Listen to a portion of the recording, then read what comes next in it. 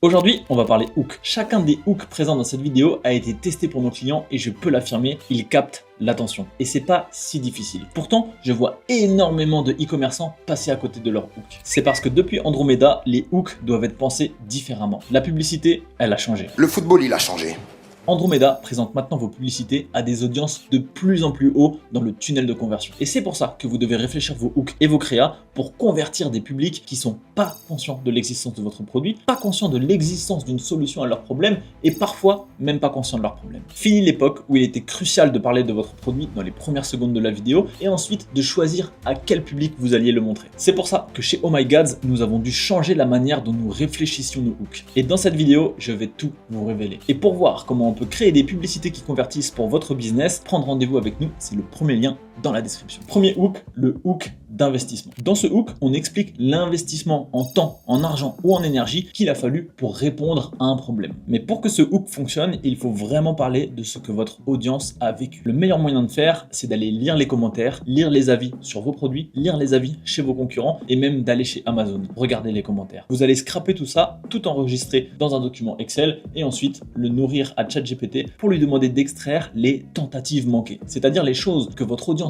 a mis en place pour essayer de répondre à leurs problèmes et que vous allez pouvoir utiliser dans les hooks de vos vidéos. Ces hooks fonctionnent parce qu'ils permettent de cibler dès le début de votre vidéo la bonne audience, celle qui connaît le problème auquel vous répondez. Ensuite, ça crée énormément de confiance avec votre client parce qu'il se sent compris. Vous avez vécu son problème, vous avez trouvé la solution à son problème et si dans votre créa, vous décrivez le parcours d'utilisateur qu'il a vécu, alors à ce moment-là, c'est gagnant. Mais alors, comment bien rédiger ces hooks? La réponse va vous surprendre parce que pour une fois, trouver les meilleures inspirations de hooks d'investissement ne se passe ni sur les réseaux sociaux, ni sur les bibliothèques publicitaires. Votre meilleure source, c'est YouTube. Voici quelques exemples de titres de vidéos qui ont bien fonctionné. Tester ces hooks est vraiment facile et c'est donc obligatoire. Aucune excuse si en 2026, vous passez à côté. Le prochain hook dont je vais vous parler, c'est hisser directement parmi les créas les plus performantes et les plus dépensières pour l'un de nos comptes clients. Et en 2026, on va aller le tester sur tous les comptes. Ce hook, c'est celui de l'arnaque. Le mot arnaque ou même scam que l'on peut utiliser également en français est un mot à forte valeur émotionnelle. Lorsqu'on le lit, on vit quelque chose. Ce mot vous arrête net, pour le meilleur ou pour le pire, parce qu'il déclenche chez vous deux réactions. La première, c'est l'aversion à la perte. En lisant arnaque ou scam, vous avez la sensation que l'on est en train de vous tromper ou que vous passez à côté d'une information cruciale. Et c'est la raison pour laquelle l'attention est captée et que vous avez envie de comprendre ce dont il s'agit. Et le deuxième aspect, c'est que cela crée une grande curiosité, une tension non résolue pour les utilisateurs qui veulent ensuite comprendre le dénouement de l'histoire. C'est également un hook si facile à tester qu'en 2026, vous n'aviez aucune excuse. Et même dès demain, vous pourriez tester ce hook. Cependant, je vais être honnête avec vous. Aucun des hooks de cette vidéo ne fonctionne si vous ne comprenez pas ce dont on va parler maintenant. Hook 3, comment bien structurer vos hooks. Un hook se compose de différents éléments. Mais nous allons faire une vidéo à part entière pour en parler, donc c'est le moment de vous abonner. Pour l'instant, voilà ce que je peux vous dire. Un hook a trois composantes. Une composante visuelle qui intègre les éléments de texte, l'action, le décor, le format. Une composante sonore avec la musique que vous choisissez ou encore les sound effects que vous voulez ajouter. Enfin, une composante émotionnelle. Quelle est l'émotion que vous cherchez à faire passer dans ce hook? Et tout ça, on peut l'inclure sous une quatrième composante quelque part qui est l'ambiance, le feeling, le mood. Ça, c'est une question de direction artistique. Ça vient du choix d'éclairage, du choix des scènes, du cadrage, du dynamisme de montage et toutes ces choses. Mais parmi toutes ces composantes, l'un des plus gros leviers de performance, c'est le hook visuel. Parce que les meilleurs hooks montrent, ils ne racontent pas. Mais voilà ce dont on ne parle jamais. Les structures à multiples hooks. Lors d'une vidéo, sur les 3 premières secondes, vous allez évidemment chercher à faire un hook qui compile le plus de ces composantes possibles de manière intelligente, c'est-à-dire la composante visuelle, la composante sonore et la composante émotionnelle. Mais même si vous avez réussi à capter l'attention, le plus important, c'est ensuite de la conserver dans la durée. Et c'est pour ça qu'il est carrément possible de réfléchir à des structures à multiples hooks. Par exemple, vous allez pouvoir faire vos 3 à 5 premières secondes avec le hook que vous avez décidé et ensuite glisser une séquence particulièrement intéressante sur le plan visuel juste pour capter l'attention. Et dans ces séquences intéressantes, on peut penser à tous ces exemples. Par exemple, des séquences où un liquide goutte, ou alors les séquences où il y a un reverse, on inverse le rythme de la vidéo, ou encore les séquences où il y a un effet spécial. C'est le meilleur levier pour garder les gens accrochés. Passons au hook suivant, le hook timing. Ce hook, c'est quand vous dites « laissez-moi X secondes et je vais vous révéler Y » ou alors « je vais vous permettre de Y ». L'idée, c'est de clarifier dès le début de la vidéo quel va être le sujet et quel va être l'échange de valeur. Pourquoi est-ce que les personnes doivent vous consacrer du temps et qu'est-ce qu'ils vont retirer de la vidéo? C'est un hook qui est particulièrement efficace parce que grâce à lui, les gens savent à quoi s'attendre et décident en quelques secondes s'il y a un intérêt pour eux de rester. C'est donc l'un des meilleurs hooks pour qualifier votre audience en quelques secondes. En 5, le hook POV. Il s'agit simplement de mettre un overlay de texte qui commence par POV et qui ensuite raconte une histoire. Mais là, je vais être très clair. Ce hook a fonctionné, ce hook continue de fonctionner, mais je ne miserai pas sur lui à long terme parce qu'aujourd'hui, il est un peu vu et revu. Malgré ça, il l'interpelle. Et en plus, il a différents avantages. Le premier, c'est évidemment de faire passer votre vidéo publicitaire pour une vidéo organique parce que c'est pas très beau visuellement et donc les gens peuvent se dire, bah finalement, aucune marque va faire